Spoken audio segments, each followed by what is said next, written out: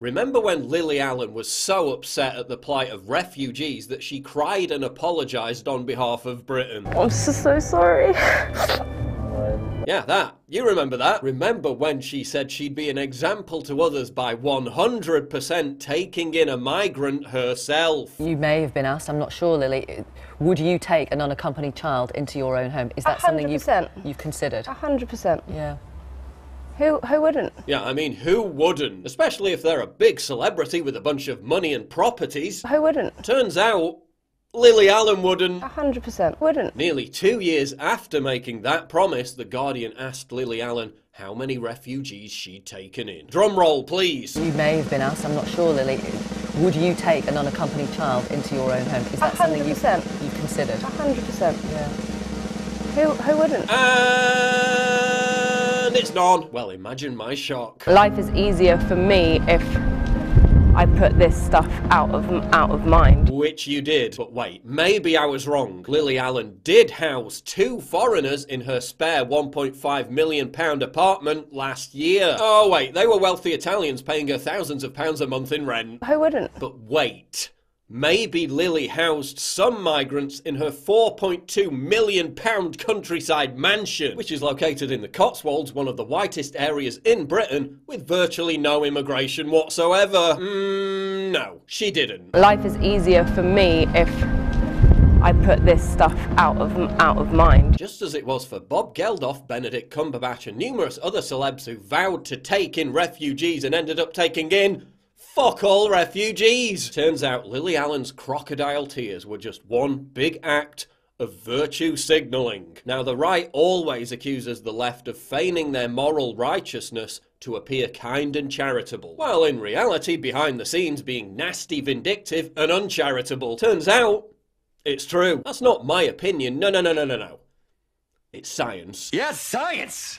Bitch! A new study in the Journal of Environmental Psychology found that climate change alarmists are less likely to be eco-friendly than climate change skeptics. Cornell and University of Michigan researchers studied 600 participants. They found that those who expressed the most concern about climate change were less likely to recycle, take public transport, or use eco-bags than skeptics who don't even believe in climate change. Yeah, turns out watching an Al Gore documentary, then virtue signalling about it on Facebook doesn't really reduce carbon emissions. In other words, conservatives who don't preach all day on social media about how much they love the earth, or about how evil dictator Trump is destroying it by pulling out of the Paris Climate Agreement, are actually more eco-friendly than leftists who do. So it seems the more a leftist virtue signals about something, the greater their rampant hypocrisy on that issue tends to be. Kind of like when celebrities like Leonardo DiCaprio lecture us all about global warming. Climate change is real.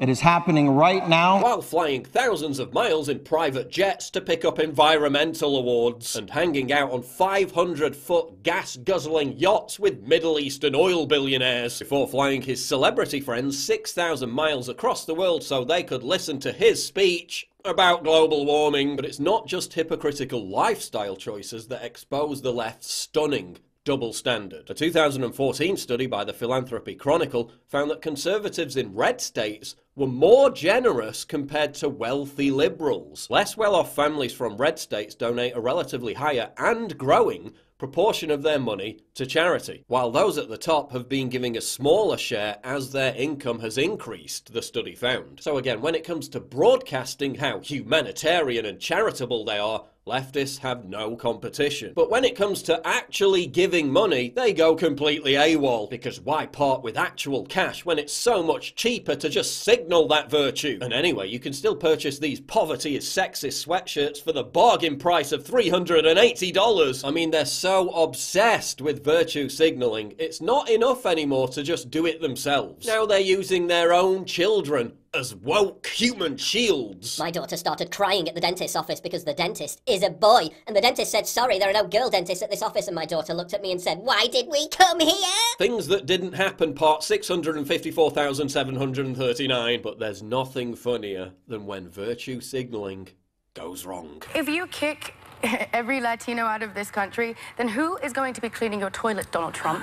Oh, that's...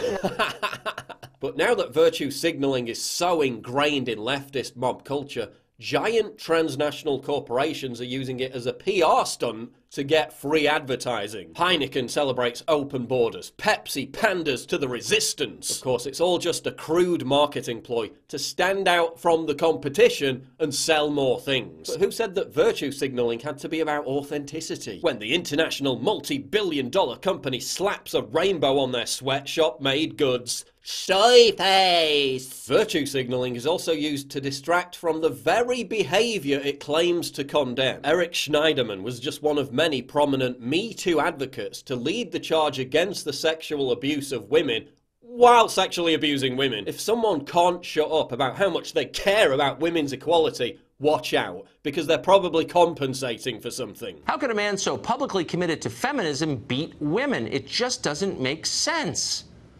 But of course it makes perfect sense. Self-righteousness is always a marker for secret creepiness. The people yelling the loudest are usually hiding the most. Hypocrisy isn't just a feature of modern liberalism, it's the heart of modern liberalism. Virtue signalling is making everything uglier. A gallery in the UK replaced this painting with this monstrosity to virtue signal. The majority of modern art is objectively terrible because virtue signalling is more important than actual talent. Instead of enjoying toned beach bodies, we're subjected to obese land whales. Virtue signalling is making us less safe. Female firefighters are being given jobs despite failing fitness tests. GCHQ, whose primary job is to spy on terrorists, is busy on Twitter celebrating Trans Week. But while the left seems preoccupied with virtue signalling more than ever, ordinary Americans are not impressed. Ratings for award ceremonies, which have become little more than cliched platitude-spewing circle jerks, are lower than ever. After embracing virtue signalling as a core company ethos, the NFL is hemorrhaging respectability and audience figures. Eminem based an entire album on virtue signalling and only succeeded in committing career suicide. Here's the truth about virtue signalling. It doesn't require doing anything virtuous. It takes no effort or sacrifice at all. Virtue signalling is a substitute for thinking. It's mindless groupthink amplified by the contrived fury of mob outrage. This is why narcissistic, self-loathing losers adopt left-wing politics. It's the only way that they can feel good about themselves. It's a mechanism for self-satisfied twats to pretend they're better than everyone else. Am I saying that I'm better than you? I guess I'm going a little further than you are. Yeah, I'm fucking better than you, okay? Much better than you. Virtue signalling is inherently self-serving and selfish. The purpose of virtue signalling is to assuage guilt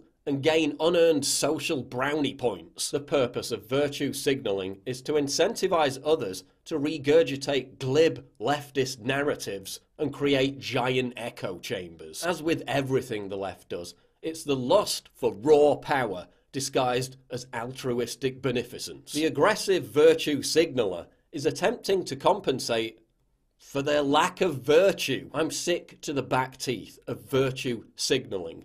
I'm sick of all you sanctimonious phonies who engage in it. And I'm calling you all out on your bullshit right here, right now. I'm so sorry. Please click the big red button to subscribe. It really helps me when you do that. And click the bell to allow notifications so you never miss a new video.